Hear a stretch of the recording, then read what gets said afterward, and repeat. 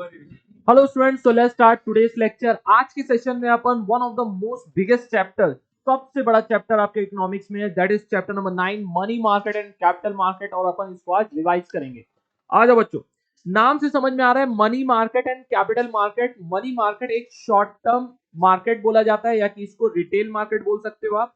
और मार्केट बोला है तो मार्केट में क्या होता है बच्चों, बाइंग एंड सेलिंग होता है। क्या होता है? खरीदना और बेचने का काम होता है। और लेकिन ये कौन सा मार्केट है? जैसे टिम्बर मार्केट में टिम्बर का बाइंग एंड सेलिंग होगा, फिश मार्केट में फिश की बाइंग एंड सेलिंग होगी, गोल्ड मार्केट में गोल्ड की बाइंग एंड सेलिंग होगी। इसी तरह मनी मार्केट में पैसों की बाइंग एंड सेलिंग होने वाली है। So capital market, money market, दोनों मार्केट में बाइंग एंड सेलिंग होती है। मनी मार्केट में ये रिटेल मार्केट है, शॉर्ट टर्म मार्केट है, जिसमें शॉर्ट ड्यूरेशन के लिए जो पैसों का खरीदना और बेचना होता है वो यहाँ किया जाता है। और कैपिटल मार्केट के अंदर होलसेल, जो बहुत ह्यूज अमाउंट में या लॉन्ग टर्म पर्पस के लिए जो पैसों का लेन और देन होता है, बाइंग एंड सेलिंग होती है, वो कहाँ होता है? कैपिटल मार्केट में। लेकिन दोनों मार्केट के अंदर पैसों का क्या होता है? परचेज एंड सेल होता है। इसी तरह से अपन एक काम करते हैं, पूरा डिटेल में अपन लेते हैं इस चैप्टर को, काफी बड़ा है, इंपॉर्टेंट भी है। होप हमने इसको काफी डिटेल में अपने रेगुलर लेक्चर में पढ़ा है। ओके, स्टिल ये क्या है? Money market. जो पहली बात करते हैं फाइनेंस। फाइनेंस क्या होता है? Management of money. अब मैनेजमेंट ऑफ मनी में क्या होता है? क्या मैनेज करोगे मनी में? जो पैसे आ रहे हैं और जो पैसे जा रहे हैं उसी को मैनेज करते हैं, उसी को क्या बोलते हैं? फाइनेंस।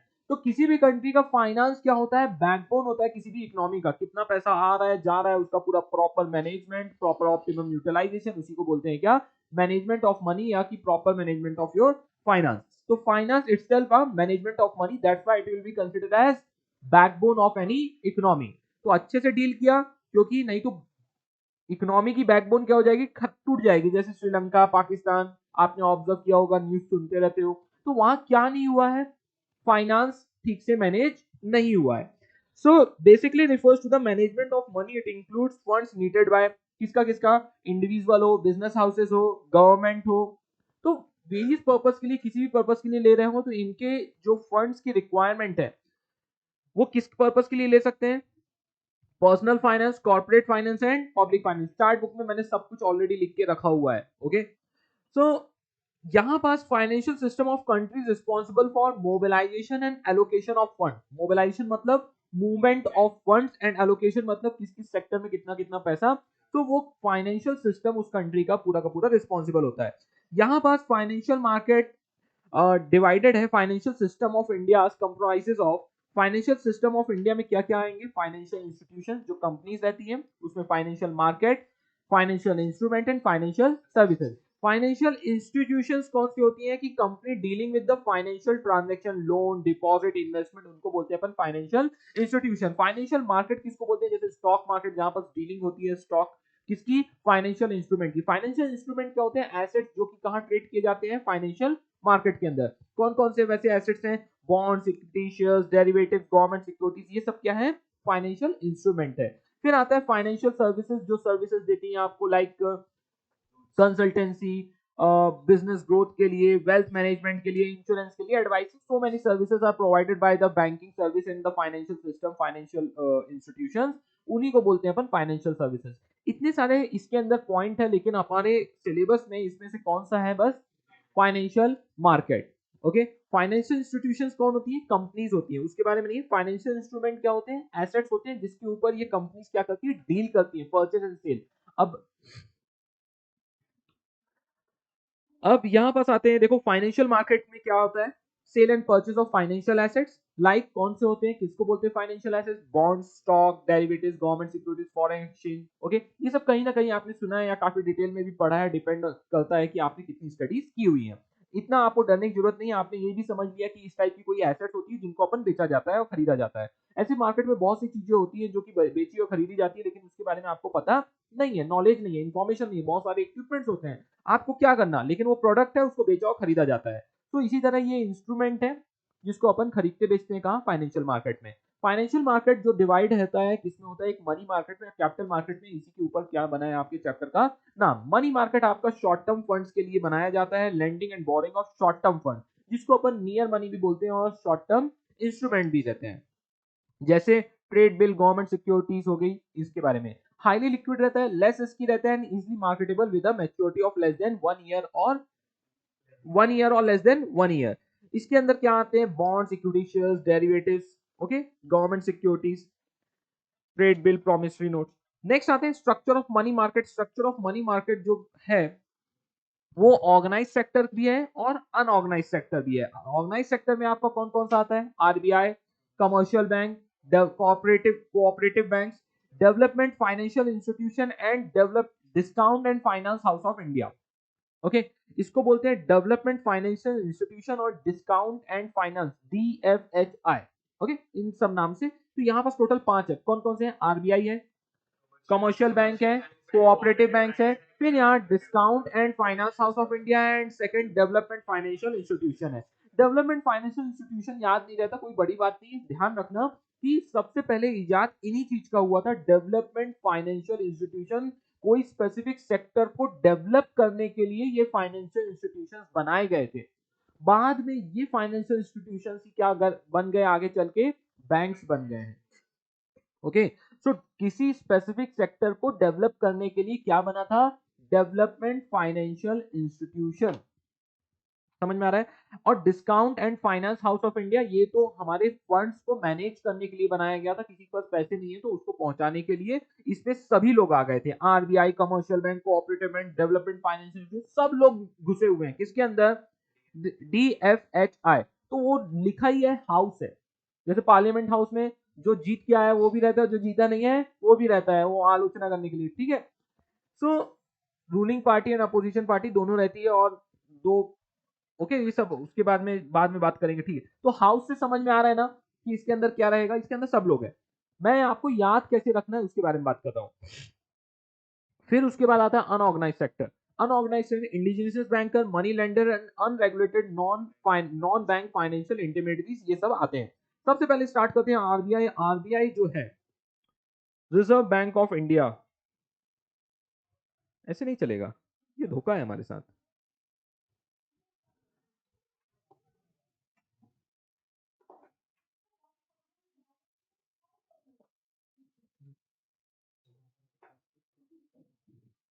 तुम्हारा बचपन चल रहा है बगल में।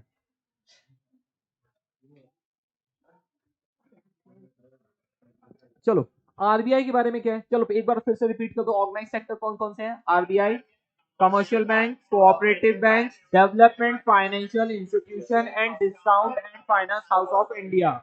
अनऑर्गेनाइज सेक्टर में आपके कौन कौन से, indigenous banker, money lenders and non bank financial intermediaries. Okay, ये सब भी इसी क्लास में बैठ रहे हैं, आप भी इसी क्लास में, थोड़ा ध्यान से पढ़िए, एक बार पढ़िए, इस तरह की दोबारा पढ़ने की जरूरत ना पड़े। पानी दो इसको। नेक्स्ट आते हैं, ऑर्गेनाइज सेक्टर के बारे में डिटेल में लिखा हुआ है इसने। इसके अंदर सबसे पहले आ रहा है आरबीआई, जिसको बोला जाता है central bank of any country. Her country की सेंट्रल बैंक क्या होती है, उसका अलग अलग नाम है, जैसे इंडिया में सेंट्रल बैंक का नाम क्या है, आरबीआई।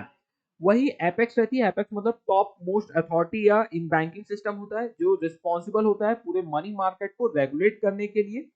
सो आरबीआई सेटअप हुआ था हिल्टन यंग कमीशन के रिकमेंडेशन में। आरबीआई एक्ट 1934 प्रोवाइड्स करता था statutory basis for function of bank. तो आरबीआई एक्ट ऑफ 1934 ये सब प्रोवाइड कर रहा है।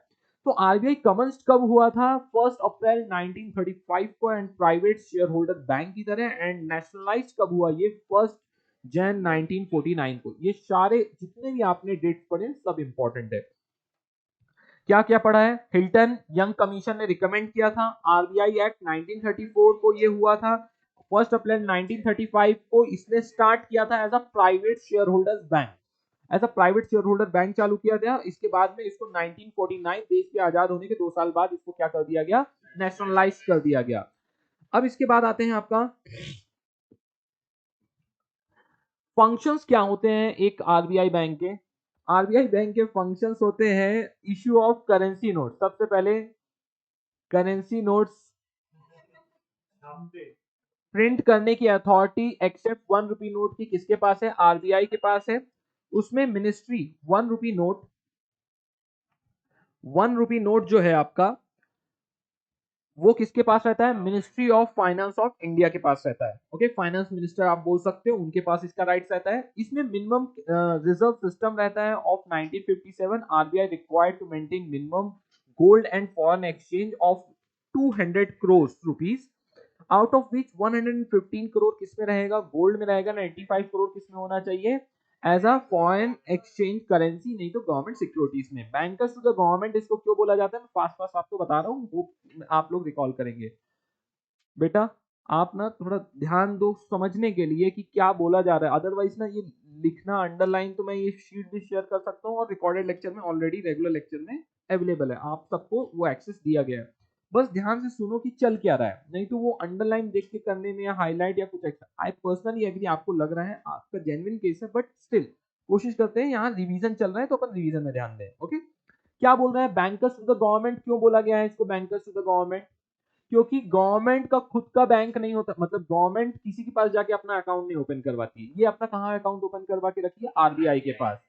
आरबीआई इसके बिहाफ में कोई भी गवर्नमेंट को पैसा लेना या किसी को पैसा देना रहता है गवर्नमेंट को, तो कौन करता है उसके बिहाफ? आरबीआई उनके बिहाफ में करती है। जैसे आप अपना बैंक अकाउंट किसके पास जाके ओपन करवाते हो? Normal commercial bank, private bank के पास आप जाते हो, बोलते हो मेरा अकाउंट ओपन कर दो, मेरे को इसका पैसा ट्रांसफर करना है, इसको पेमेंट करना है, पैसे आएंगे तो इसमें ले लेंगे। इसी तरह आरबीआई का मतलब गवर्नमेंट अपना अकाउंट आरबीआई के पास ओपन करती है। समझ में आ रहा है? इसलिए बोला गया है banker to the government. Okay, और एचडीएफसी बैंक को क्या बोलेंगे? Banker to the public. समझ में आ रहा है? इसमें बैंकर टू द गवर्नमेंट बोला गया है। चाहे वो सेंट्रल गवर्नमेंट हो चाहे स्टेट गवर्नमेंट, कोई भी पेमेंट आएगा तो किसके पास आएगा? आरबीआई के पास। कोई भी पेमेंट करना हो गवर्नमेंट को तो कौन करेगा? आरबीआई करेगा उसके बिहाफ में। फिर आता है बैंकर्स बैंक। अच्छा, हम अपना अकाउंट बैंक के पास ओपन करने चाहते हैं तो बैंक भी किसी के पास, तो मेरा बिजनेस है, मैं अपने बिजनेस का भी अकाउंट किसके पास ओपन करने गया? बैंक के पास। तो बैंक भी तो एक बिजनेस है, वो अपना अकाउंट ओपन करने किसके पास जाएगी? आरबीआई के पास। इसीलिए बोला गया बैंकर्स बैंक। बैंकर का बैंक है कौन? आरबीआई। ओके, समझ में आया क्या? सो वहां पर स्टेचुटरी कंट्रोल रखता है पूरा कमर्शियल बैंक के ऊपर। कमर्शियल बैंक मतलब जितनी भी बैंक दिख रही समझ लो कमर्शियल बैंक है, मैक्सिमम जितनी भी है। कोऑपरेटिव बैंक्स वगैरह बहुत कम है, वो वैसे बात कर रहा हूँ। जितनी भी बैंक आप मैक्सिमम जानते हो समझ लो सब कमर्शियल बैंक है। कमर्शियल बैंक मतलब जो बिजनेस करती है, प्रॉफिट मेकिंग काम करती है। आगे चल के आने ही वाला है, देखो कमर्शियल बैंक कौन सी बैंक होती है? जो सेवर्स एंड इन्वेस्टर्स के बीच में इंटरमीडिएटरी का काम करती है, कि मतलब जिसके पास पैसा एक्स्ट्रा है तो इनको दे दो, जिसके पास पैसे की जरूरत है उनसे ले लो। और ये इनका मेन पर्पस क्या रहता है? प्रॉफिट अर्न करना। तो प्राइमरी फंक्शन कमर्शियल बैंक का क्या है? लोन देना और पैसे एडवांसेस एक्सेप्ट करना, accepting deposit and granting loans and advances. इससे वो क्या कमाती है? प्रॉफिट कमाती है। जब लोन देती है तो ज्यादा रेट में देती है, और जब लोन पैसे लेती है तो कम रेट में देती है इंटरेस्ट। जैसे आप लोग पैसे देते हो बैंक को तो आपको कितना मिलता है पैसा बताओ? 6%, 7%, 3%, 4% मिलता है, बैंक आपको इतना ही देती है। लेकिन जब आप बैंक के पास जाते हो, बोलते हो मेरे को पैसे दे दो, तो वो कितना बोलती है? 9%, 10%, 12%, 15% में देती है। तो जो दोनों पैसों के लेने देने के डिफरेंस है, उसी में उनका क्या है? मार्जिन है। तो वो अल्टीमेटली कमर्शियल बैंक क्या है? कमर्शियल बैंक मतलब बिजनेस पर्पस के लिए जो किया जा रहा है प्रॉफिट अर्न करने के लिए, उसको बोल रहे हैं कमर्शियल बैंक। ठीक है, तो उसके अंदर सभी बैंक, चाहे प्राइवेट बैंक हो, चाहे पब्लिक बैंक हो, चाहे पेटीएम बैंक, पेमेंट बैंक हो, फॉरेन बैंक हो, रीजनल रूरल बैंक हो, ये सारी बैंक क्या कर रही है? समाज सेवा नहीं कर रही है, क्या कर रही है? प्रॉफिट। तो जो प्रॉफिट मेकिंग बैंक है उन्हीं को अपन क्या बोल रहे हैं? कमर्शियल बैंक बोल रहे हैं। इन सिंपल लैंग्वेज में समझने की कोशिश करो। तो प्राइवेट हो, पब्लिक सेक्टर हो, रीजनल रूरल बैंक, ये सब कौन से आपके? कमर्शियल बैंक है। चलो फिर से आते हैं, आरबीआई का रोल क्या है, फंक्शन क्या है आरबीआई का? बैंकर्स टू द बैंक समझ में आया? तो हर बैंक के, जैसे आप अपना पैसा बैंक में रखते हो तो बैंक वाला क्या बोलता है? देखो हम तुमको सर्विस देंगे, फ्री में सर्विस देंगे, अपना अकाउंट ओपन करो, मिनिमम आपको 1 लाख रुपए रखना पड़ेगा हमारे अकाउंट में। सुना है कभी ऐसा? 10,000 रुपीज रखना पड़ेगा, 50, तो उसी को बोलते हैं क्या? मिनिमम कैश रिजर्व समझ लो। इसी तरह जब बैंक अपना बैंक, जैसे एचडीएफसी, आईसीआई, अपना वो अपना अकाउंट कहाँ ओपन करवाती है? आरबीआई का। बोलती है ठीक है, तुम तो कस्टमर के साथ ऐसा करते हो, हम भी तुम्हारे साथ ऐसा ही करेंगे, तुमको भी थोड़ा सा पैसा हमारे पास रखना पड़ेगा, जिसको बोलते हैं मिनिमम कैश रिजर्व सिस्टम।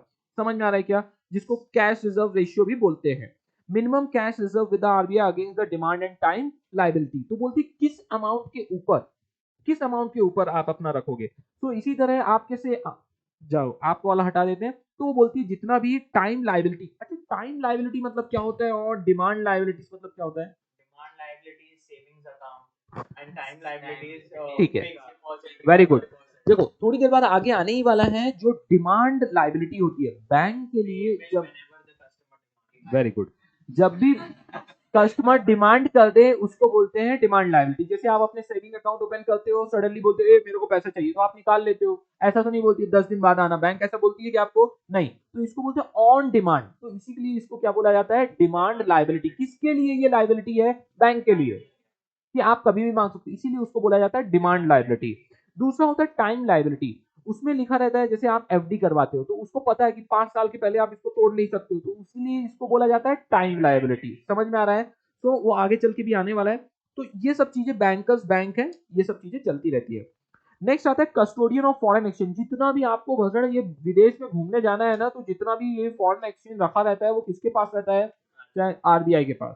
ठीक है, आप बोलते हो मैं तो एचडीएफसी बैंक से जाके ले आता हूँ। अरे एचडीएफसी बैंक को देता कौन है? आरबीआई देता है। समझ में आ रहा है? तो इनकेस भविष्य इन फ्यूचर यदि आपने नेपाल से, भूटान से, या कि आप यूएसए से डॉलर वगैरह छुपा के ले आए और यदि आपको बेचना है, तो वो इंटरनेशनल मॉनेटरी फंड से जो भी एक्सचेंज बाय एंड सेलिंग होता है वो कौन करके देता है आपके लिए? आरबीआई करके देता है। कंट्रोलर ऑफ क्रेडिट, मैंने बताया था आपको, कंट्रोलर ऑफ क्रेडिट मतलब कंट्रोलर ऑफ लोन। क्रेडिट जहां जहां लिखा है उसको क्या समझो? लोन लिखा है। तो कंट्रोलर वो लोन को कैसे कंट्रोल करती है?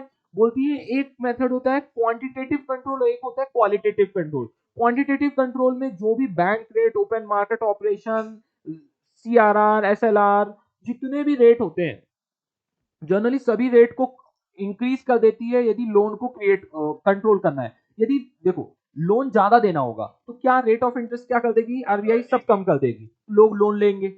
और यदि लगता है उसको लोन नहीं देना चाहिए, अभी मन नहीं कर, अभी क्यों करती है? क्यों करती है बताओ बच्चों? economy में cash क्यों करती है? इन्फ्लेशन एंड डिफ्लेशन को कंट्रोल करने के लिए। और मनी कंट्रोल क्यों करेगी? अल्टीमेटली इन्फ्लेशन एंड डिफ्लेशन के लिए। देखो इन्फ्लेशन मतलब क्या होता है? सभी गुड्स के प्राइसेस एकदम बढ़ रहे हैं। क्यों बढ़ते हैं? लोगों के पास बहुत पैसा रहता है, बोलते हैं जितना चाहिए उतना ले लो। तो मनी सप्लाई मार्केट में बहुत ज्यादा है। जैसे अभी अपन इंफ्रास्ट्रक्चर, ये प्रॉपर्टी या फ्लैट्स के बारे में बात करें, तो देखो लोगों के पास यदि ऐसे देखते हैं, लैंडिंग रेट हमारा क्या हो गया? कम है। अभी हुआ था कोविड के टाइम पे, और कोविड के बाद रेट ऑफ इंटरेस्ट कम हो गए थे, सब लोग ने बोला लोन लो लोन लो लोन लो, सबने लोन ले लिया। क्या किस लिए? किस लिए? प्रॉपर्टी, फ्लैट खरीदने के लिए। तो लोन लेने से क्या हुआ? मनी सप्लाई बढ़ गई।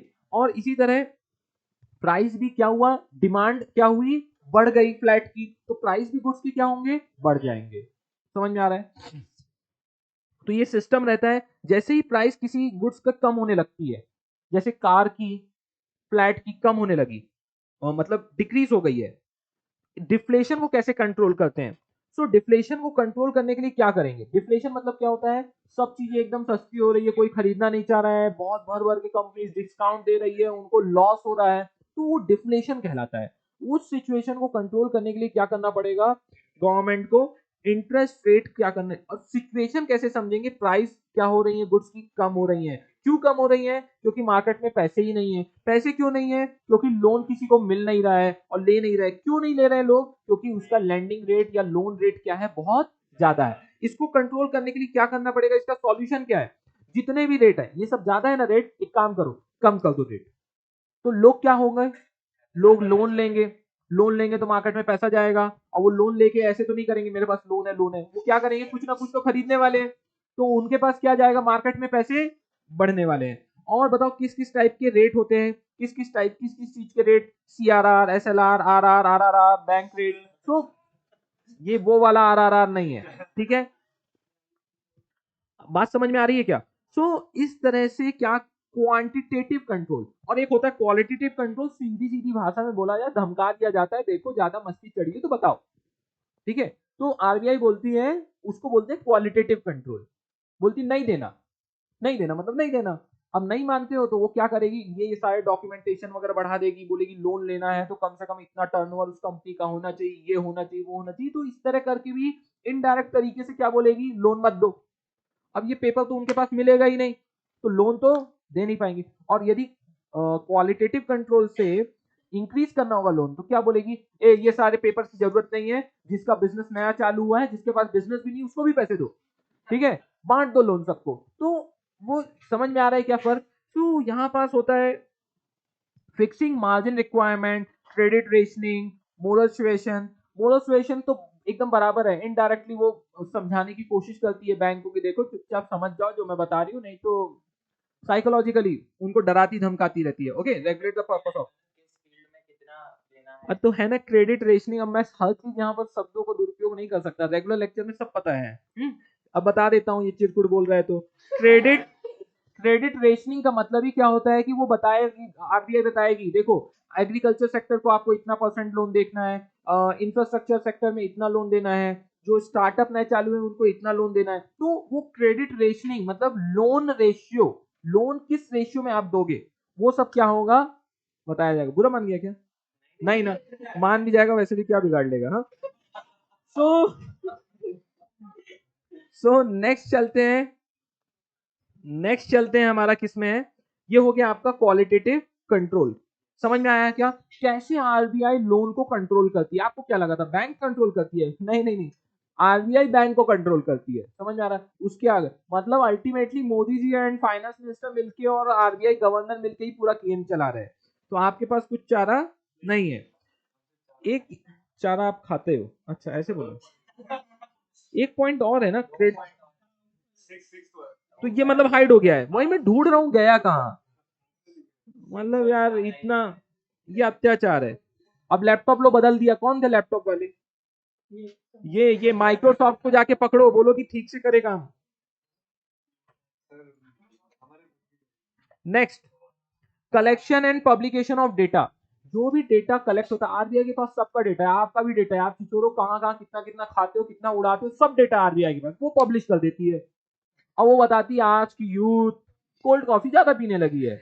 ओके, बहुत सोफिस्टिकेटेड तरीके से बता रहा हूँ, बता रही है कि वो क्या क्या पीने लगी है। ओके, सो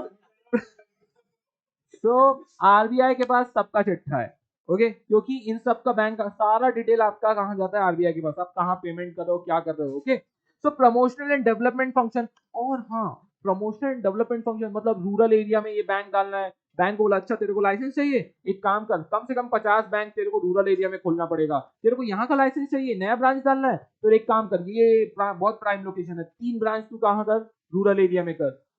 प्रॉफिट हो ना हो मेरे से मतलब नहीं है, लोग तेरे को मारे कूटे मेरे से मतलब नहीं है।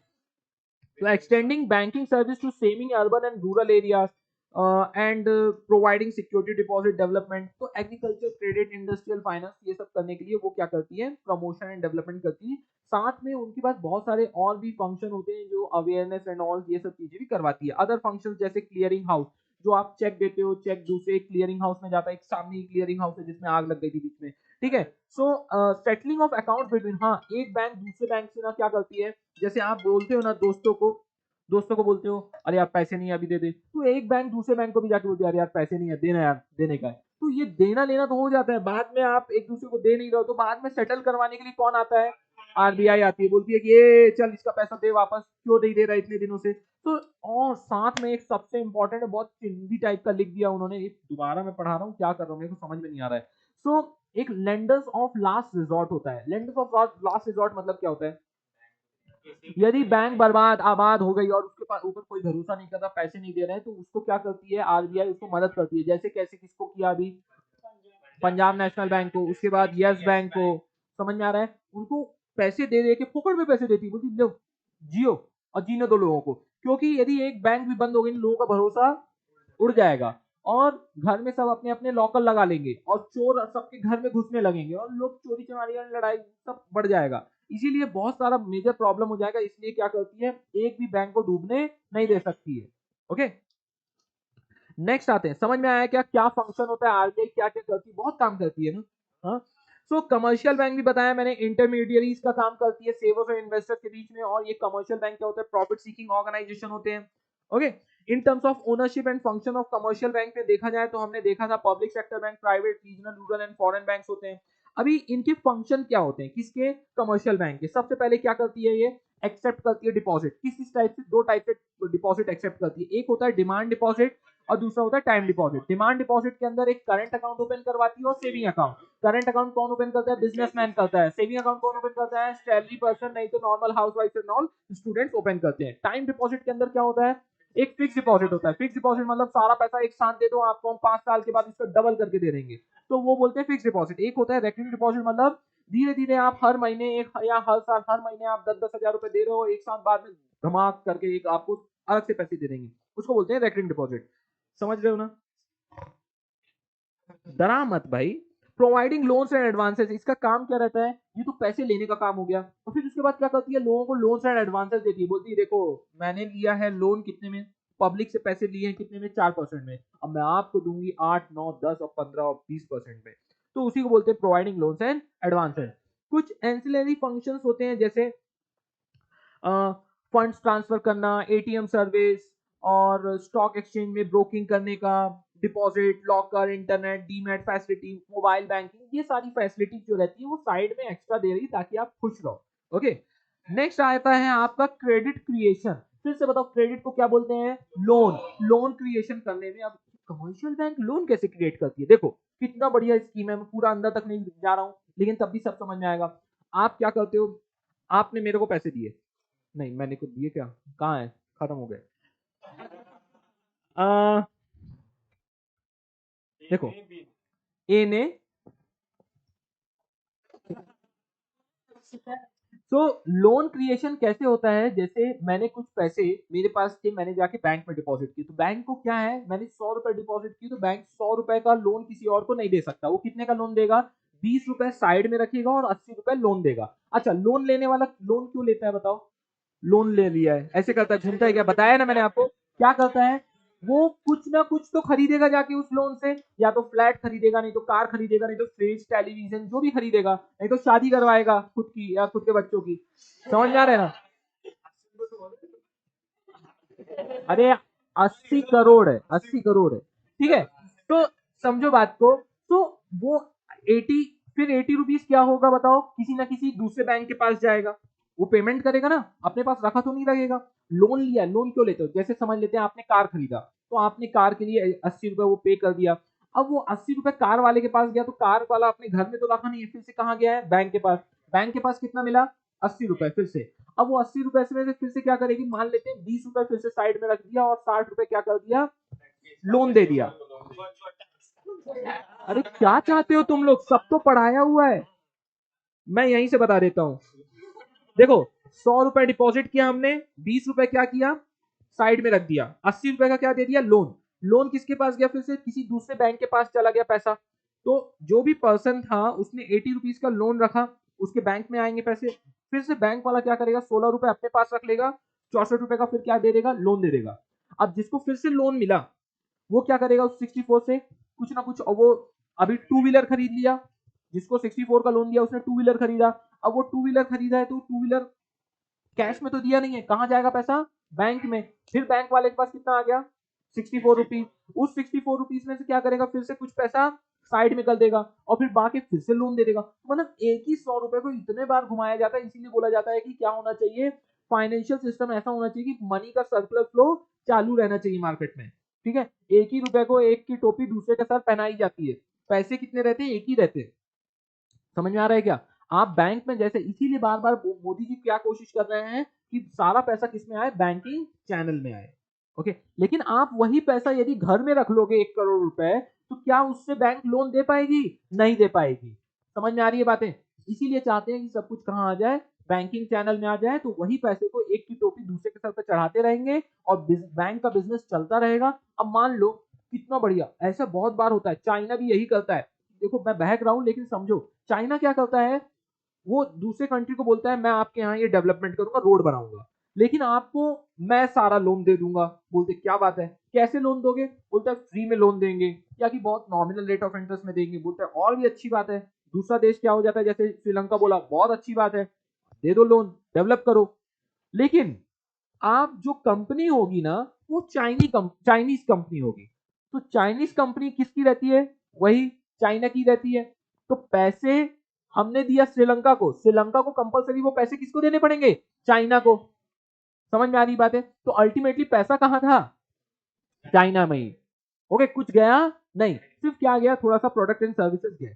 अभी इसी तरह क्या होगा, फॉर एग्जांपल मैंने बैंक में डिपॉजिट किया पैसे, फिर बाद में बैंक से मैंने लोन लिया, तो मेरा ही पैसा जब मैंने डिपॉजिट किया था 1 करोड़ रुपए, तो मेरे से कितना लिया उसने, कितना दे रही थी, 4%। और जब मैंने फिर से उससे लोन लिया, मैंने बोला एक काम करो 1.5 करोड़ का लोन दे दो, तो उसने मेरा ही पैसा उठा के मेरे को दे दिया कितने में, 12% में। समझ में आ रहा है क्या? और मैंने जिससे फ्लैट लिया था उसका भी बैंक अकाउंट कहाँ था, एचडीएफसी बैंक में ही था। तो फिर से जो मैंने लोन लिया था वो पैसा घूम के फिर से किसके पास आ गया, एचडीएफसी बैंक में। तो एचडीएफसी बैंक बोल रहा है देखो, मैंने तो किसी को कुछ पैसे दिए ही नहीं, मेरे पास तो पैसा यही यही एड़ा आया था, डिपॉजिट करके गया, और घूम फिर के पैसा मेरे पास है, और मैं इससे भी 12% लूंगा, इससे भी लूंगा, उससे भी लूंगा, मतलब उसके पास सिर्फ क्या है, पैसे ही पैसे, पैसे ही पैसे। समझ में आ रही है क्या बात है? तो बहुत बढ़िया बिजनेस है, आप भी कोशिश करना बड़े होके चालू करना, और मेरे को बिल्कुल उसका चेयरमैन वगैरह बनवाना, हाँ डायरेक्टर वगैरह जो भी बनाना, कुछ तो बना लेना, कुछ तो आ जाएगा। तो बढ़िया बिजनेस है। समझ में आ रहा है क्या? वापस आ जाते हैं।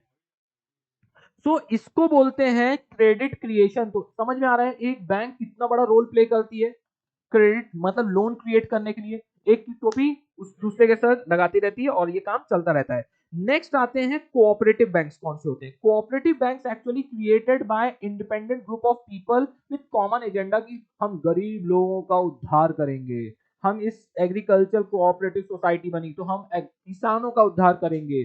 फिर एक होता है मिल्क कोऑपरेटिव सोसाइटी, तो हम दूध जो निकालते हैं गाय का और वो बेचने में उनको तकलीफ जाती है, हम उनका उद्धार करेंगे, हेल्प करेंगे। तो ये section of group common agenda के साथ आपस में आते हैं और बना देते हैं बैंक, और वो बन जाता है कोऑपरेटिव बैंक। हाँ, ऐसे क्यों मेरे को देख रहे हो? लेकिन इसमें आरबीआई आती है, बोलती देखो तुम्हारे पर कोई भरोसा नहीं करता है, हमसे अप्रूवल ले लो, हम तुम्हारे बैंकिंग रेगुलेशन एक्ट को थोड़ा सा फॉलो करो 1949 को, और आपके ऊपर भी लोग भरोसा करेंगे और आपके साथ ट्रांजेक्शन करेंगे। तो cooperative banks came into existence with the enactment of credit cooperative society act 1904। Cooperative bank supplement the efforts of commercial bank. जो ऊपर कमर्शियल बैंक थी ना, उसी को थोड़ा सा हेल्प कर रही है। ये भी क्या करती है, पैसे लेती है और पैसे देती है। सो credit needs of the local population, fulfils the small and medium income group वालों को ये हेल्प करती है।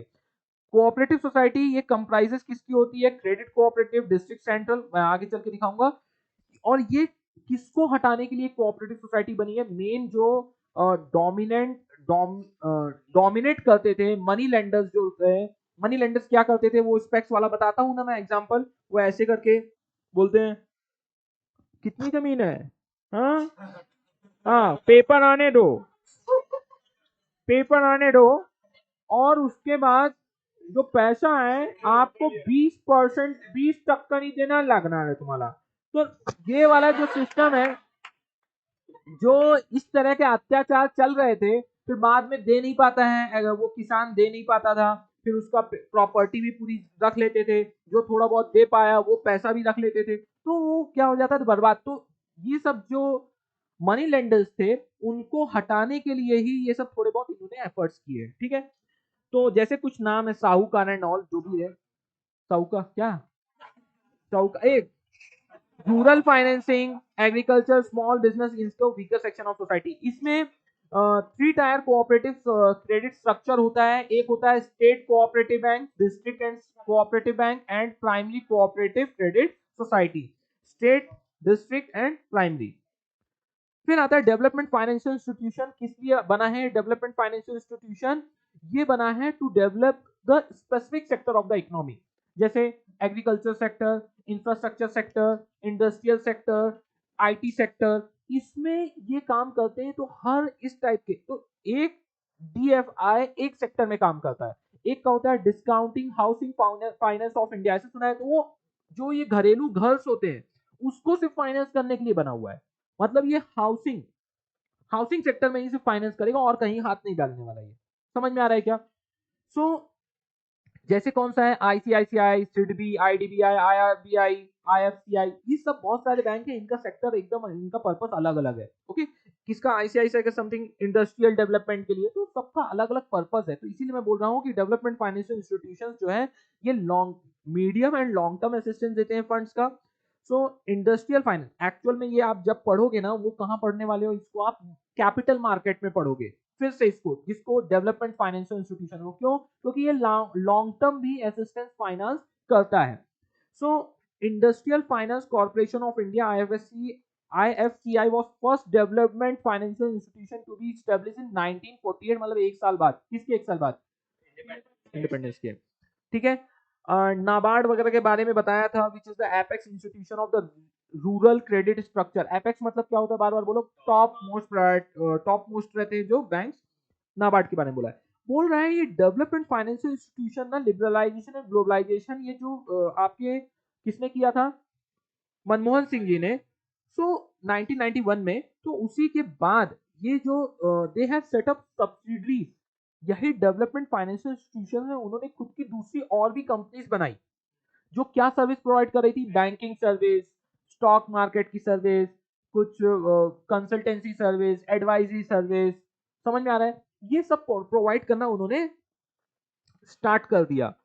ये सब प्रोवाइड करना उन्होंने स्टार्ट कर दिया। अब जैसे ये धीरे धीरे स्टार्ट किया, तो आरबीआई बोलती है देखो यार, तुम धीरे धीरे अपना काम तो कहाँ शिफ्ट कर दिए हो, कमर्शियल बैंक टाइप का, कि आप लोगों से पैसे लेने भी लगे, देने भी लगे। तो एक तो आप तो बिल्कुल बैंक की तरह हो गए। तो एक काम करते हैं, आप सबको डेवलपमेंट फाइनेंशियल इंस्टीट्यूशन, जैसे आईसीआईसीआई बैंक भी, कौन सा पहले आईसीआईसीआई क्या था, डेवलपमेंट फाइनेंशियल इंस्टीट्यूशन था, उसकी सब्सिडरी कंपनी का नाम उसने क्या रख दिया, आईसीआईसीआई बैंक। बाद में जो पहली मेन कंपनी थी वो मर्ज किसमें हो गई, सब्सिडरी कंपनी में, और नाम क्या बन गया, आईसीआईसीआई बैंक। समझ में आ रही बातें? सो दिस वे जो डेवलपमेंट फाइनेंशियल इंस्टीट्यूशंस हैं वो किस में कन्वर्ट होने लगे, बैंक्स में, कमर्शियल बैंक्स में कन्वर्ट होने लगे। जैसे देखो कौन कौन सी सर्विस प्रोवाइड करने लगे, कमर्शियल बैंकिंग की, consumer finance, broking, venture, infrastructure, e commerce. तो मतलब सब तो सब काम तो करने लगे। बोलते हैं ये तो आप बिल्कुल बैंक का काम करने लगे। तो एक काम करते हैं, आरबीआई ने एक गाइडलाइंस इशू की, बोलते हैं ये जितने भी डेवलपमेंट फाइनेंशियल इंस्टीट्यूशन है इन सबको कमर्शियल बैंक में कन्वर्ट कर दो। तो उसके बाद जैसे ICI, industrial credit and investment corporation of India, तो मेन इसका काम क्या था, इंडस्ट्रियल क्रेडिट मतलब इंडस्ट्रियल लोन देना, जो फैक्ट्री और मशीनरी वगैरह लगाते हैं उनको लोन देना, और दूसरा इन्वेस्टमेंट कॉर्पोरेशन, या तो आप बोल सकते हो इन्वेस्टमेंट, इसका काम था इन्वेस्टमेंट करना हो। ठीक है, तो इस टाइप का इसका काम था, लेकिन ये अपने आप को किसमें कन्वर्ट कर लिया, आरबीआई के गाइडलाइंस आने के बाद, एज अ कमर्शियल बैंक। फिर आता है discount and finance of India. मैंने बताया ना, इसमें सबका घर है, सब आ गए हैं। बोलते हैं किसी को भी पैसे की जरूरत पड़ेगी, हम सब पहले से एक साथ में, किसी की जरूरत पड़ेगी तो हम है। कौन है? Discount and finance house of India was set up in 1988, बहुत टाइम बाद, as a money market institution based on the recommendation of Wobble Committee. It is jointly owned by RBI, public sector bank, financial institutions to impart the liquidity to the money market instrument. जब भी कभी भी किसी को भी कहीं पास भी interest on inter bank transaction, तो यहाँ पास जो भी जिसको भी पैसे चाहिए हम दे देंगे। नेक्स्ट आता है अनऑर्गेनाइज सेक्टर। अनऑर्गेनाइज सेक्टर से समझ में आता है कि इसको कोई भी रेगुलेट नहीं करता, मतलब इसको कौन रेगुलेट करता है, अपुनी भगवान है वाला टाइप है, मतलब जो रेगुलेट करता है वही रेगुलेट कर रहा है। तो सबसे पहले आता है इसमें इंडिजिनियस बैंकर। इसमें क्या होता है, फंक्शन सिमिलर टू बैंक रहता है, बट इसमें शॉर्ट टर्म क्रेडिट इंस्ट्रूमेंट रहता है, जैसे हुंडी। हुंडी क्या होता है अपन बाद में देखेंगे, अपन ने बहुत बार के सब चीजें पढ़ा है। हुंडी और क्या पढ़ा है बताओ, ये बस हुंडी। हाँ, चिट फंड भूल गए सब लोग। हाँ आएगा, लेकिन हुंडी भी पढ़ा ना, उसी के साथ सब पढ़ाया था। तो rate of interest differ from one market to other. यहाँ पास क्या हो रहा था, अनबैंक्ड एरियाज में ये सब चीजें चलती हैं। मनी लेंडर्स कौन से होते हैं, वो बहुत high rate of interest charge करते हैं, तो वो मनी लेंडर्स रहते हैं। ये भी अल्टीमेटली किसको, अनप्रोडक्टिव पर्पस, शादी और कुछ कार्यक्रम एंड ऑल, उसके लिए देते हैं। हाँ अनप्रोडक्टिव बोला है ना, both productive and unproductive purpose, तो मतलब एग्रीकल्चर करने को भी देते हैं। लिखा होगा, तुम लोग मेरे को ऐसे देख रहे हो, स्मॉल एंड मार्जिनल फार्मर को देते हैं, स्मॉल ट्रेडर को देते हैं यूजुअली। वापस आओ। So at present these activities of money lender has been restricted by RBI। RBI ने सब रोक दिया है, टू एक्सप्लॉइट द टेंडेंसीज देखते हुए रोक दिया है। अनरेगुलेटेड नॉन बैंक फाइनेंस,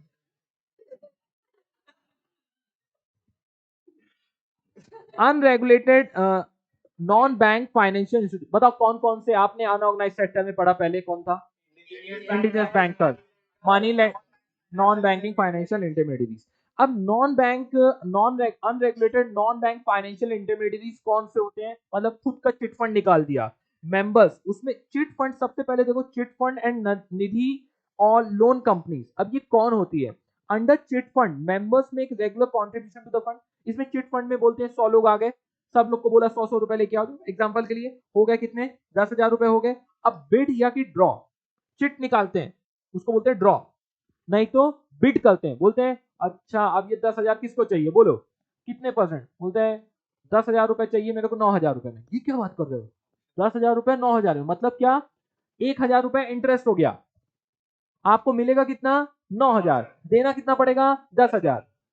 समझ में आ रहा? दूसरा तरीका क्या है, बिड मतलब बोली लगाओ, कौन कितना रेट ऑफ इंटरेस्ट से देगा, एक बोलेगा 6%, एक दूसरा बोलेगा 7%, तीसरा बोलेगा 9%। तो जो सबसे ज्यादा रेट ऑफ इंटरेस्ट बोलेगा पैसा उसका हो जाएगा, और बाद में 1 साल के बाद ये पूरा पैसा और पूरा का पूरा इंटरेस्ट वापस करना पड़ेगा, और फिर बाद में जो भी मेंबर्स थे उन्हीं को ये पैसा डिस्ट्रीब्यूट कर दिया जाएगा।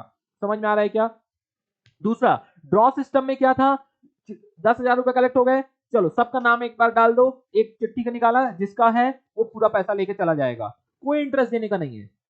एक सिस्टम होता है इंटरेस्ट देने का, एक सिस्टम होता है इंटरेस्ट नहीं देने का। इंटरेस्ट देने के सिस्टम में सबको इंटरेस्ट कॉमन एक डिसाइडेड रहता है, और वो चाहे तो जिसका नाम निकला है वो क्या कर सकता है, दूसरे को इंटरेस्ट में दे सकता है। बहुत मतलब बहुत टाइप की उटपटांग चीजें वहां चलती रहती है। इसी तरह ड्रॉ में नाम निकला खुद का, तो आप क्या करोगे, खुद पैसा, यदि इंटरेस्ट का सिस्टम नहीं है खुद घर लेके चले जाओगे, और 1 साल बाद जो भी उसका टाइम पीरियड है वो वापस पैसा लाके आपको देना पड़ेगा विदाउट एनी इंटरेस्ट, और बाकी सब मुंह ताकेंगे कि कभी तो हमारा भी ड्रॉ में नाम आएगा और हम भी इंटरेस्ट नहीं देंगे, और पूरा का पैसा पूरा 100 रुपए दिया था, पूरे पूरे 10,000 का मजा लूटेंगे।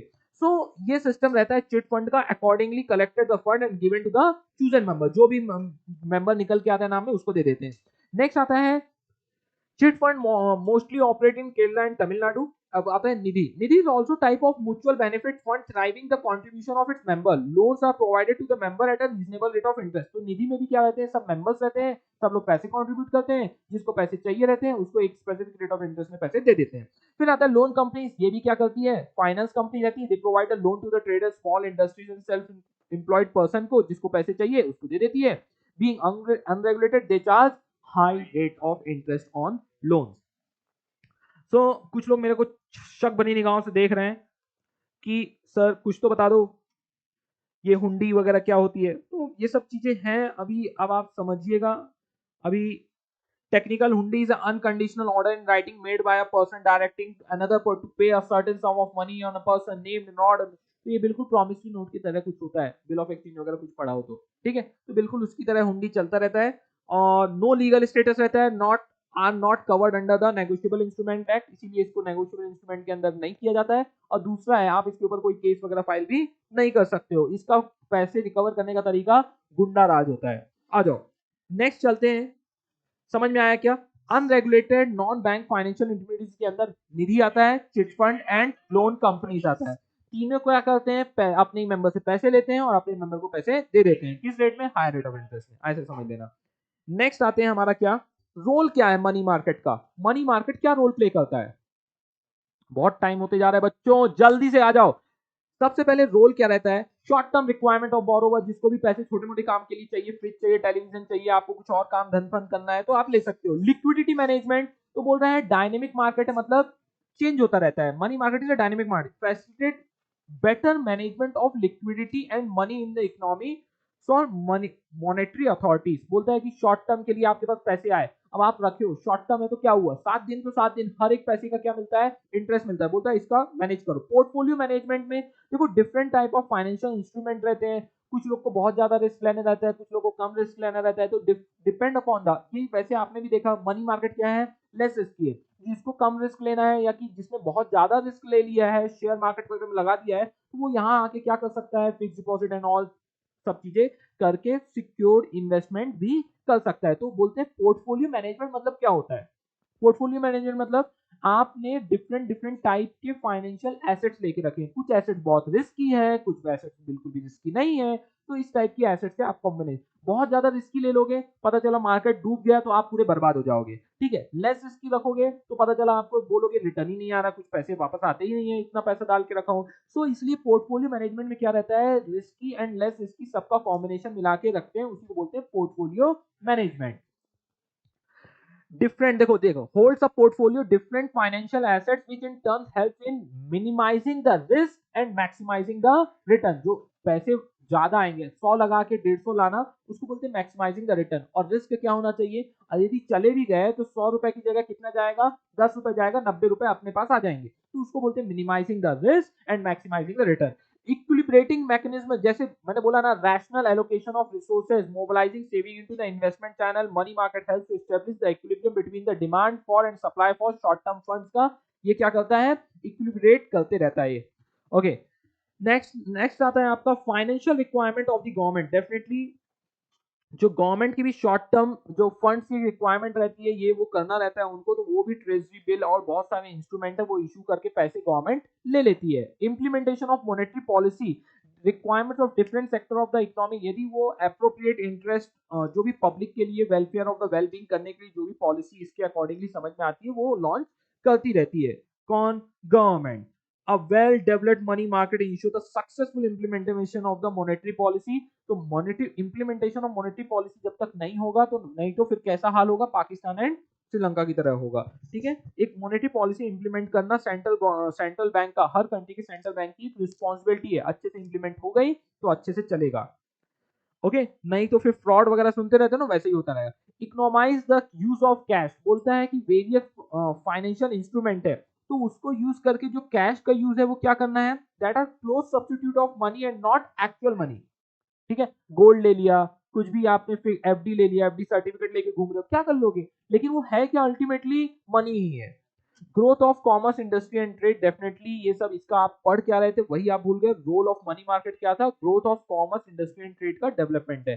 प्रॉब्लम्स क्या है, डुअल स्ट्रक्चर, अब बोलता है लेस डेवलप्ड है मनी मार्केट। हाँ, देखा जा सकता है जितने लेवल में मनी, पैसों के ऊपर ही तो सब कुछ चल रहा है, जिस हिसाब से डेवलप्ड है वो बहुत कम डेवलप्ड है, ओके। इसमें भी आप अंदर घुस के इसमें डिफरेंट डिफरेंट टाइप के प्रोडक्ट और सिस्टम और technology, product, assets, financial instrument, assets वगैरह आप और ला सकते हो अलग अलग स्कीम के साथ, तो आपके आने वाली भविष्य के पास बहुत सारा स्कोप है।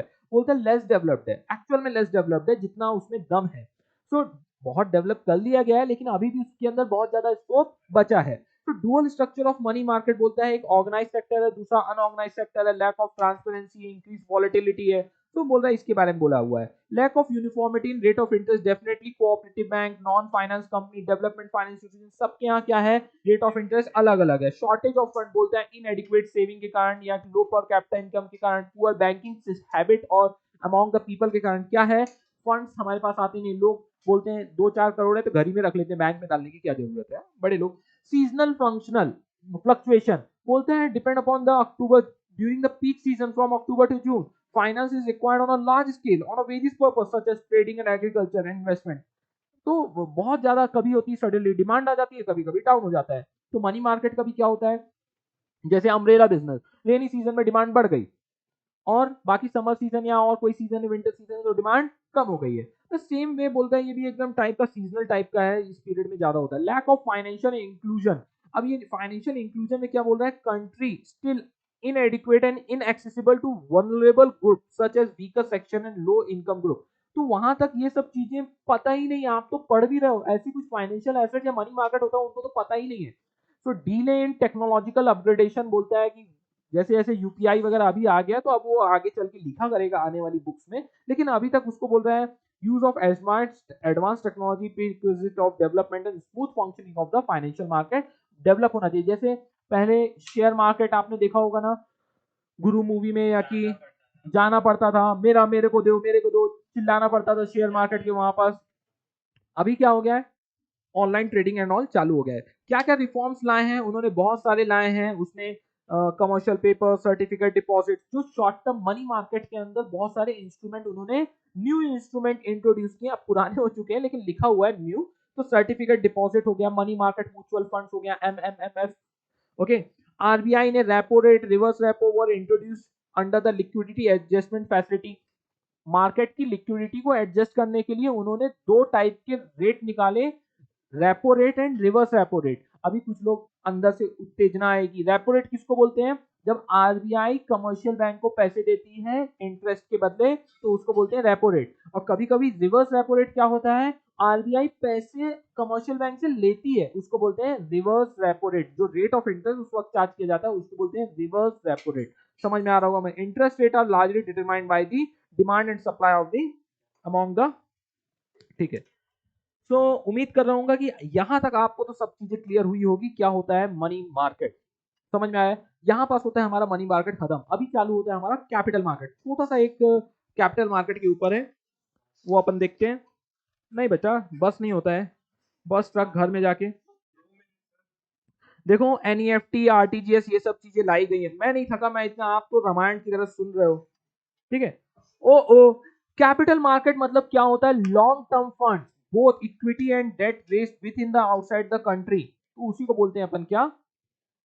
Capital market.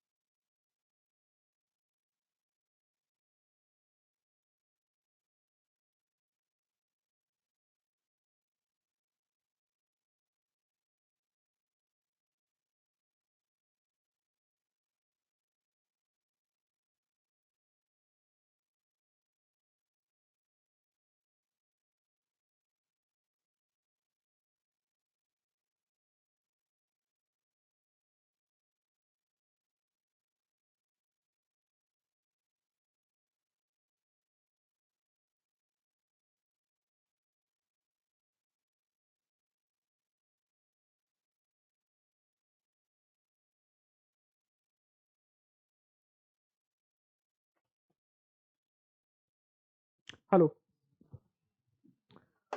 गया। सो बच्चों, कैपिटल मार्केट इन इंडिया क्या होता है? This market is for long term funds for both equity as well as debt raising. तो मतलब कुछ कुछ होता है कि इक्विटी मतलब अपना ओनरशिप दे के पैसे लेने को बोलते हैं अपन इक्विटी, एंड डेट रेज होता है as a type of loan जिसके ऊपर इंटरेस्ट पे किया जाता है। और ये कहाँ से रेज किया जाता है? With in the end outside the country. So capital market यहाँ पास मेनली सिर्फ एक इंडिया या कंट्री के अंदर के लिए नहीं होता है। जो रेस किया जा रहा है फंड्स वो with in the country and outside the country भी होता है। और किसी भी development of effective capital market के लिए नेसेसरी क्या है? Promoting more investment. जितना ज्यादा इन्वेस्टमेंट होगा उतनी ज्यादा इकोनॉमिक ग्रोथ होगी।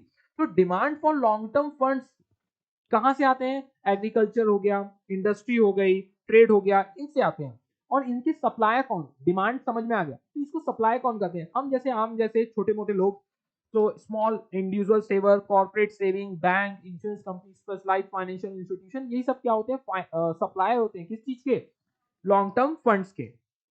और Indian capital market wholesale market किससे बना हुआ है? सबसे पहले गवर्नमेंट सिक्योरिटीज। जो आप गवर्नमेंट सिक्योरिटीज बहुत टाइप की एनएचआई बॉन्ड्स वगैरह ये सब सुनते हो, ये सब क्या है? गवर्नमेंट सिक्योरिटीज है। इंडस्ट्रियल सिक्योरिटी मार्केट जो शेयर मार्केट के बारे में सुनते हो, कुछ नए शेयर लॉन्च होते हैं, कुछ पुराने शेयर्स को ट्रेड करते हैं, उसी को बोलते हैं अपन India industrial security market.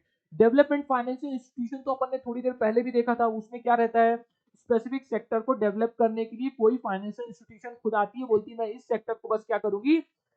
Financial assistance दूंगी, गाइडेंस दूंगी और उसको डेवलप करूंगी। जैसे आईएफसीआई, सीआईसीआई, आईडीबीआई, राइट। इसी तरह फाइनेंशियल इंटरमीडियरीज भी होती हैं जो कि जिसको पैसे की जरूरत है और जिसके पास बहुत सारा पैसा है, उन दोनों के बीच का क्या करती है? गैप फिल करती है। जैसे मैंने आपको एक लीजिंग कंपनी का मैं एग्जांपल देता हूँ। लीजिंग कंपनी क्या रहती है?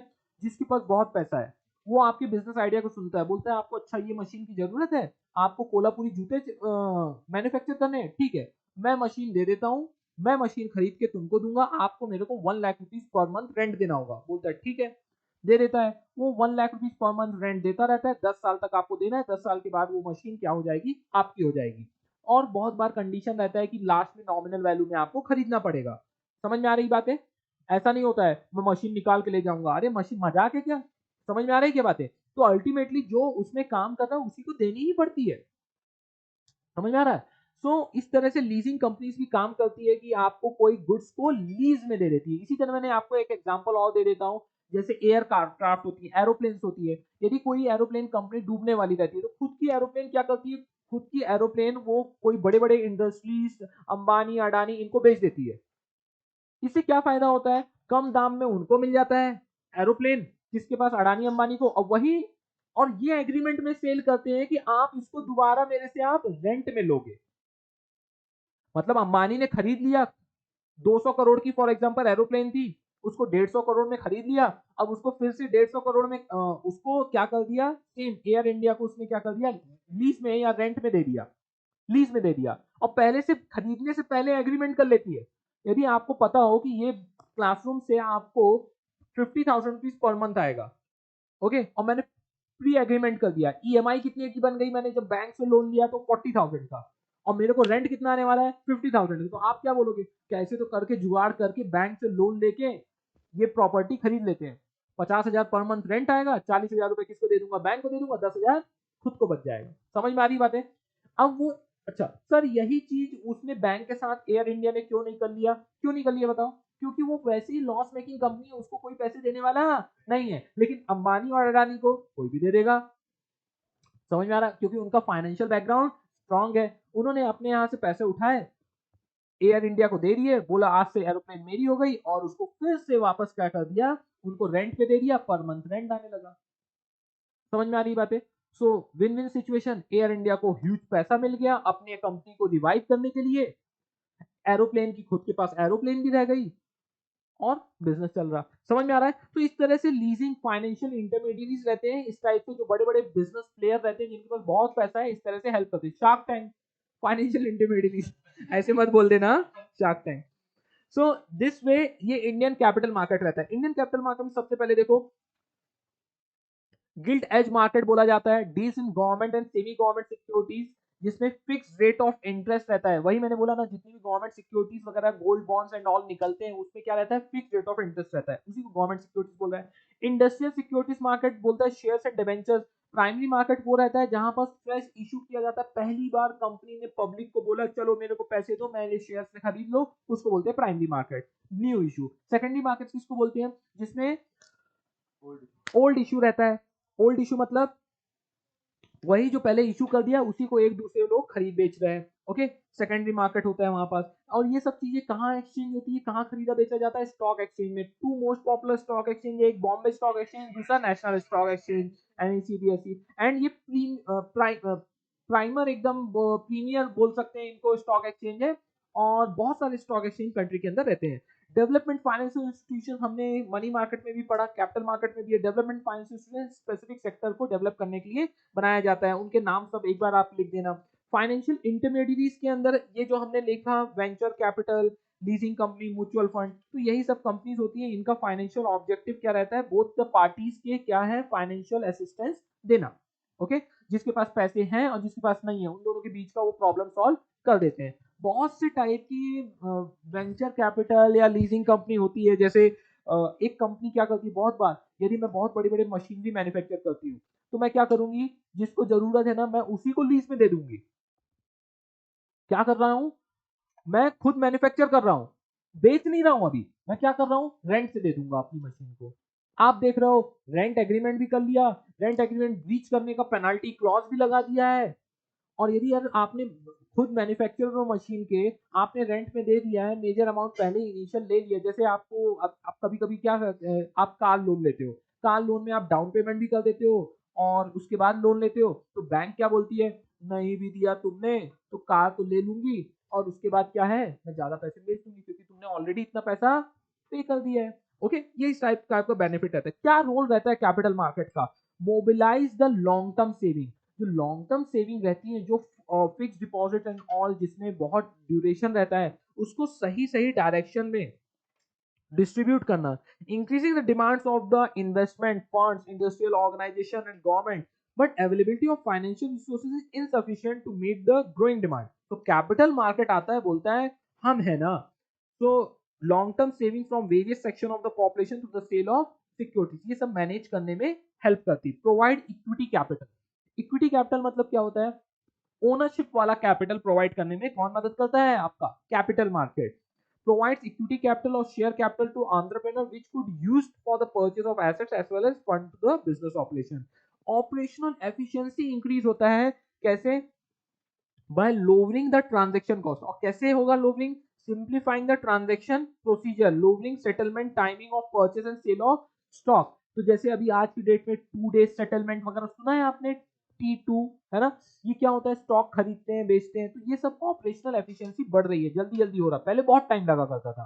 ओके, क्विक वैल्यूएशन होता है, जैसे ही कैपिटल मार्केट है, बताओ शेयर मार्केट को देखते ही बोल दोगे अच्छा रिलायंस का आज वैल्यूएशन क्या है, आज चल रहा है 2500 रुपए रेट चल रहा है, इसके टोटल शेयर इतने हैं, मल्टीप्लाई कर दिया उसकी वैल्यूएशन आ गई।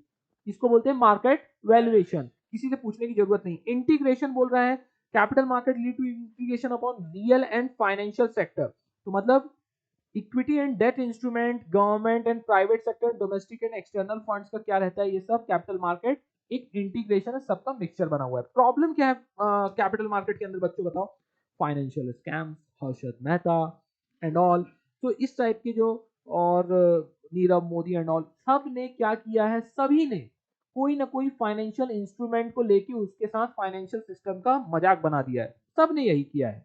ओके, आप ठीक से जब उनको देखोगे तब आपको समझ में आएगा। नेक्स्ट आपका आ रहा है इनएडिक्वेट, कुछ और बच गया ना, इनसाइडर ट्रेडिंग। अब इनसाइडर ट्रेडिंग की बारे, इनसाइडर ट्रेडिंग मतलब आपको, जैसे मेरे दोस्त हैं सब सीए के फील्ड के हैं, तो वो किसी ना किसी कंपनी में क्या कर रहे हैं, जॉब कर रहे हैं, और इंटरनल इंफॉर्मेशन सबके सामने नहीं जाती। यदि पहले से पता चल गया कि कंपनी में बहुत सारा प्रॉफिट है, कंपनी ये दूसरी कंपनी एक्वायर करने वाली है, तो क्या होगा, शेयर प्राइस बढ़ जाते हैं। तो वो पहले से मेरे को बता देंगे, देख ये बड़ा डील होने वाला है, खरीद के रख, जैसे ही न्यूज बाहर आएगी शेयर प्राइस बढ़ जाएंगे। इसी को बोलते हैं क्या, इनसाइडर ट्रेडिंग, जो कि अलाउ नहीं है। अब आप बोलोगे सर आप भी कर लेते हो ये, देखो हम करते नहीं है, यदि किसी ने कर भी लिया ना, इस लेवल को इनसाइडर ट्रेडिंग नहीं बोला जाता। इनसाइडर ट्रेडिंग में आपने उथल पुथल कर दी, समझ में आ रहा है क्या? हर्षद मेहता टाइप वाला का मतलब आपने पूरा कंपनी खरीद डाली फिर बेच डाली, तो उस लेवल में कि crores and millions of rupees में आपने पूरा ये सब फ्रॉड किया, उसको बोलते हैं insider trading.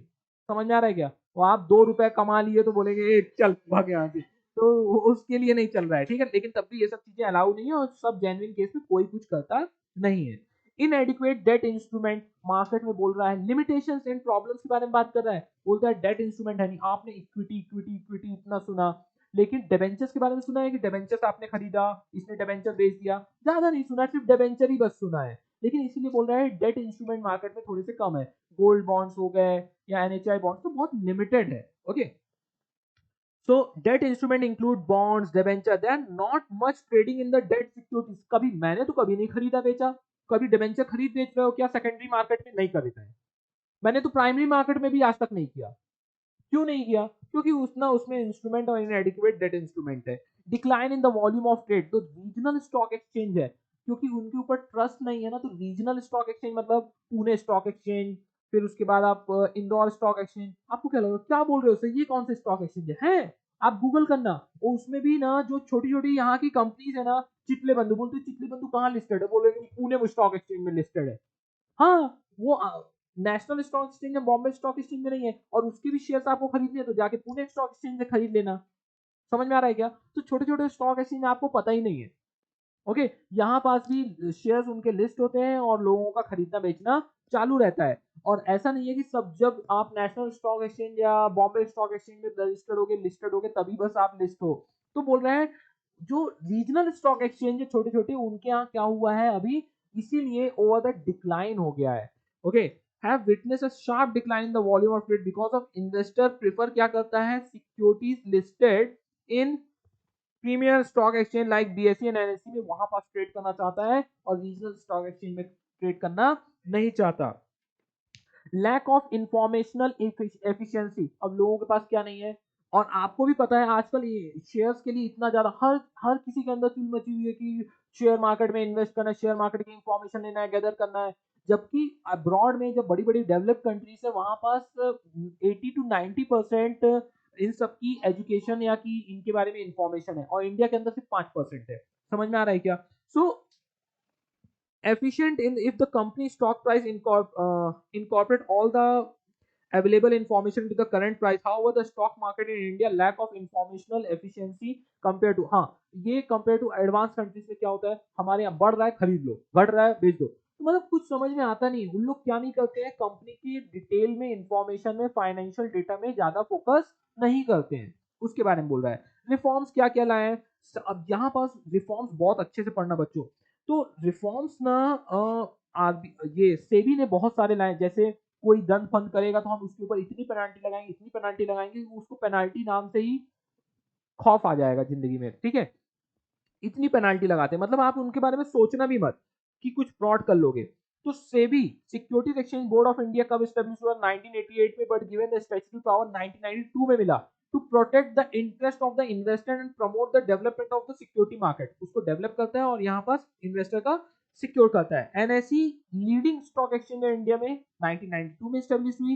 Computerised screen based screening system SBTS वो भी इंट्रोड्यूस हुआ as a part of modernisation, कि आप स्क्रीन में बैठ के ही आप क्या कर लेते हो, ट्रेडिंग कर लेते हो।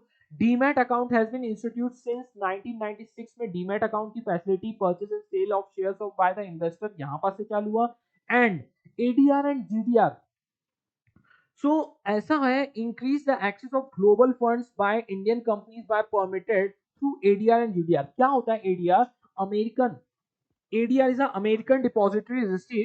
यहाँ पास क्या रहेगा एडीआर में, जो अमेरिका में जो कंपनी में आप जाके कुछ ट्रेड करना चाहते हैं वहां के स्टॉक एक्सचेंज में, तो ये ग्लोबल कंपनी है ना, वो सब स्पेसिफिकली एडीआर में जाके वहां लिस्ट होना पड़ेगा। और बाकी जीडीआर जो है जो यूरोपियन कंट्रीज में जाके वहां पास ट्रेड होता है, वहां पास मतलब मल्टीपल स्टॉक एक्सचेंज में ट्रेड होता है, उसको जीडीआर ग्लोबल डिपॉजिटरी रिसीट होता है, उसको भी परचेस सेल करना। तो वहां पास जैसे इंडियन कंपनी है वहां जाके वहां अपने फंड्स को रेज करना है या ट्रेड करना है अपने सिक्योरिटीज को, तो जीडीआर लगेगा। लेकिन अमेरिका में भी करना है तो जीडीआर से काम नहीं चलेगा, एडीआर भी करना पड़ेगा, अमेरिकन डिपॉजिट रिसीट रिसीट्स वहां पास भी वो होना चाहिए लिस्टेड, ओके, तब जाके वहां ट्रेड कर पाओगे। एक बहुत इंपॉर्टेंट है जो मैं बता रहा था ना बीच बीच में, कभी कभी रेगुलर लेक्चर में भी ध्यान आ रहा हो कि डिविडेंड यदि किसी को इशू किया गया, कोई शेयर्स हैं, कोई क्लेम नहीं कर रहा है, तो वो डिविडेंड वगैरह जब कोई क्लेम नहीं कर रहा तो कंपनी अपने पास नहीं रख लेती है, उसको कौन से फंड्स में ट्रांसफर करना पड़ता है एक स्पेसिफिक पीरियड के बाद, इन्वेस्टर एजुकेशन प्रोटेक्शन फंड। और ये क्या करता है, लोगों को एजुकेट करता है कैपिटल मार्केट के रिगार्डिंग। इसके बहुत सारे सेमिनार फंक्शंस होते हैं। स्टैब्लिश हुआ है 2001 में to promote the investor awareness and protecting the interest of the investors. मतलब इस फंड के अंदर कंपलसरी आपको डालना पड़ेगा, यदि कोई आपके डिविडेंड को क्लेम करने नहीं आया तो वो डिविडेंड कहां डालना पड़ेगा, इस फंड में डालना पड़ेगा। ठीक है, समझ में आ रही है बातें? So this way we have completed this chapter, but still wait for what. देखो ये चार्ट है, मैंने आपको इसीलिए यहां से पढ़ाया है ताकि आपको हर एक डिटेल में चीजें समझ में आए। सो ये चार्ट था। देखो सबसे पहले इंट्रोडक्शन हुआ, फिर फाइनेंशियल मार्केट की मीनिंग के बारे में बताया मैंने, sale and purchase of asset और डिवाइडेड है capital market and money market में। फिर मनी मार्केट के बारे में देखा हमने, मनी मार्केट का स्ट्रक्चर देखा, मनी मार्केट क्या है, नियर मनी, शॉर्ट मनी, उसका स्ट्रक्चर देखा अपन ने। मनी मार्केट को अपन ने डिटेल में एक्सप्लेन किया किसमें, चार्ट नंबर 9C में। ओके, 9C में हमने क्या किया है, पूरा का पूरा मनी मार्केट का जो स्ट्रक्चर है, स्ट्रक्चर बताओ भूल ही गए आप लोग, एक ऑर्गेनाइज सेक्टर है और एक अनऑर्गेनाइज सेक्टर है। देखो चार्ट सी में एक organised sector, unorganised sector. Organised sector ये देखा जिसमें आरबीआई कमर्शियल बैंक, ठीक है, cooperative bank, discounting finance house of India and development financial institution. ध्यान रहेगा ना, अभी भूलोगे नहीं। अनऑर्गेनाइज सेक्टर के अंदर आपका कौन कौन सा आ गया, indigenous banker, money lenders and unregulated non bank financial intermediate. इसके अंदर 3 लोग होते हैं, बताओ, chit fund, loan company, chit fund, Nidhi fund and loan company. ध्यान रहेगा। So discount finance house of India कौन होती है बताओ, जो सबका मिक्सचर रहता है, हाउस। ध्यान रहेगा, डेवलपमेंट फाइनेंशियल इंस्टीट्यूशन जो स्पेसिफिक सेक्टर को मीडियम एंड लॉन्ग टर्म का फाइनेंशियल असिस्टेंस देते हैं डेवलप करने के लिए। ये हुआ क्या, मनी मार्केट का स्ट्रक्चर। फिर आता है मनी मार्केट में रोल क्या है, प्रॉब्लम क्या है एंड रिफॉर्म्स क्या लाए। तो उसके रोल्स अपन ने देखे थे, short term requirement of the borrower, liquidity management, portfolio management. Problem थे, dual structure of money market था, ओके, शॉर्टेज ऑफ फंड, तो वो सब थे। रिफॉर्म्स उन्होंने अलग अलग लाया, एनईएफटी लाया, उन्होंने बोल रहा है न्यू इंस्ट्रूमेंट लॉन्च किए, ट्रेजरी बिल, ये सब पुराने हो गए लेकिन उन्होंने लॉन्च किया बोल रहा है, repo rate and reverse repo rate, तो ये सब रिफॉर्म्स के बारे में भी पूछ लेता है एग्जाम में। फिर आता है आपका कैपिटल मार्केट। तो 9B में सिर्फ और सिर्फ हमने कैपिटल मार्केट मतलब long term fund and medium term funds, जो डेट एंड इक्विटी के रिलेटेड थे फंड, वो सब के बारे में बात किया। इसमें आपको इंट्रोडक्शन में क्या लिखना पड़ेगा कि सोर्सेज ऑफ फंड्स कहाँ से पैसे आते हैं और किन किन लोगों को इसकी जरूरत है, कहाँ से पैसे आते हैं, जो इंडिविजुअल सेवर्स रहते हैं, कॉर्पोरेट बैंकिंग रहती है, इन सब से हमको पैसे आते हैं। देते किसको किसको है, एग्रीकल्चरल सेक्टर को, इंडस्ट्रियल एंड ट्रेड सेक्टर को देते हैं। ध्यान आ रहा है? इसके अंदर स्ट्रक्चर हमने देखा क्या है, डेवलपमेंट फाइनेंशियल इंस्टीट्यूशन है, इसमें 2 फाइनेंशियल सिक्योरिटी है, development financial institution and financial intermediaries, and government securities and industrial securities market. ध्यान आएगा। गवर्नमेंट सिक्योरिटीज में कौन से रहेंगे बताओ, तो भूल गए क्या? अरे एक एज था, गिल्ट एज, ठीक है, और उसके अंदर क्या रहेंगे बताओ, फिक्स रेट ऑफ इंटरेस्ट रहेगा। उसमें क्या आने वाले हैं अल्टीमेटली, यदि वहां लिखा भी नहीं है तो कौन कौन से रहेंगे, आपका एनएचआई बॉन्ड्स रहेगा, गोल्ड बॉन्ड्स रहेंगे, जिसमें fix rate of interest government के सिक्योरिटीज जो इशू कर जाते हैं। इंडस्ट्रियल सिक्योरिटी में किसके बारे में लिखोगे, primary and secondary market, NSC NE BSC के बारे में। फाइनेंशियल इंटरमीडिएरीज कौन कौन होते हैं बताओ, वेंचर कैपिटलिस्ट, ध्यान आ रहा है, म्यूचुअल फंड कंपनी, निधि क्या बोल रहे हो, ओके, वेंचर कैपिटलिस्ट हो गया आपका, फिर म्यूचुअल फंड्स हो गए, लीजिंग कंपनी हो गई, ओके। डेवलपमेंट फाइनेंशियल इंस्टीट्यूशन तो आपको पता ही है, ओके। फिर role, problem and reform, role, problem and reform हमने देखा क्या क्या उनका रोल था। क्विक वैल्यूएशन हो जाता है, इंटीग्रेशन है, लॉन्ग टर्म सेविंग से होता है, प्रोवाइड इक्विटी कैपिटल है, एफिशिएंसी है। तो यहाँ पास efficient valuation of integration of long term equity था। फिर आता है यहाँ पर हमने प्रॉब्लम देखा और उसके बाद उसके आगे इसमें रिफॉर्म्स क्या क्या ला रहे हैं आरबीआई एंड सेबी, उसके ऊपर यहाँ पास चीजें हमने देखी थी। So this way we have completed chart number 9A, 9B and 9C. Hope you all enjoyed this. So that's it for today. See you all in the next lecture. Take care. Bye-bye.